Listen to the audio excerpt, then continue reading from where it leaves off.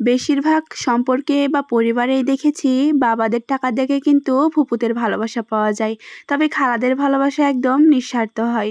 তো আসসালামু আলাইকুম সবাইকে, সবাই কেমন আছেন? আশা করি সবাই অনেক ভালো আছেন। আলহামদুলিল্লাহ, আমরাও অনেকটাই ভালো আছি। তো আমি কিন্তু কথাই শুনেছি বাবাদের টাকা দেখে ফুপুদের ভালোবাসা পাওয়া যায়, তবে আমাদের মায়েদের ক্ষেত্রে কিন্তু সেটা একদমই ভিন্ন। আমার মা মানে আপনাদের ভাইরাল চাচির কিন্তু 3 ভাই, মানে হচ্ছে আমার 3টা মামা। আর 3টা মামার ভেতরে কিন্তু আমার একটা মামারই বাচ্চা আছে, আর এইটা হচ্ছে আমার সেই মামাতো বোন।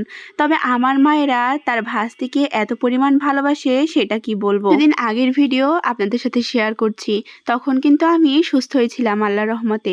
তো আমার মামাতো বোন আমাদের ছাদ থেকে পড়ে গিয়েছিল। আমার মামাদের যেহেতু নতুন বাড়ি দিচ্ছে, তো সেই সাথে সে খেলাধুলা করছিল, সেইখান থেকে সে পড়ে যেয়ে তার মাজাতে লেগেছে। তো সেই জন্য আমরা তাকে নিয়ে চলে এসেছি পপুলারে।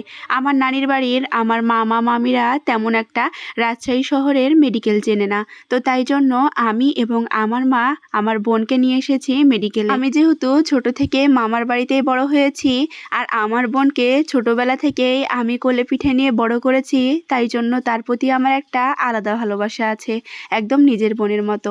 এবং আমার মায়েরাও তার ভাস্তিকে কিন্তু খুব ভালোবাসে, যেহেতু একমাত্র ভাস্তি, তাই জন্য তার প্রতি কিন্তু অনেক অনেক ভালোবাসা। তো আল্লাহর রহমতে সে ছাদ থেকে পড়ে যেয়ে তেমন কোনো ক্ষতি হয়নি। তো মানুষ ছাদ থেকে যখন পড়েছে তখন কোথায় লেগেছে সে বুঝতে পারেনি। তো কয়েকদিন পরে তার মাজার ব্যথায় সে হাঁটতে পারছিল না, তাই জন্য আমরা আজকে তাকে ডাক্তারের কাছে নিয়ে এসেছি। তো ডাক্তার দেখানোর পরে ডাক্তারে আমাদেরকে এক্স রে করার জন্য পাঠায়। সে যেহেতু ছোট মানুষ, এক্স রে কেমনভাবে করে জানে না, তাই জন্য খুব ভয় পাচ্ছিল। আমি এইদিকে মজা নিয়ে তাকে একটু ভয় দেখাচ্ছিলাম, আর এইদিকে দেখেন আমার মায়ের ভালোবাসার মানুষদের সাথে দেখা হয়ে যায়। আমরা যখন পপুলার ডায়াগনস্টিক সেন্টারে যাই, আপনারা কিন্তু আমাদেরকে অনেক অনেক ভালোবাসা দেন। বিশেষ করে এইখানে আমাদের একটা পরিচিত আপু আছে, তিনি আমাদেরকে এতটা বেশি হেল্প করে সেটা আর কি বলবো। লিজা আপু, আপনাকে কিন্তু অনেক অনেক ধন্যবাদ এতটা হেল্প করার জন্য।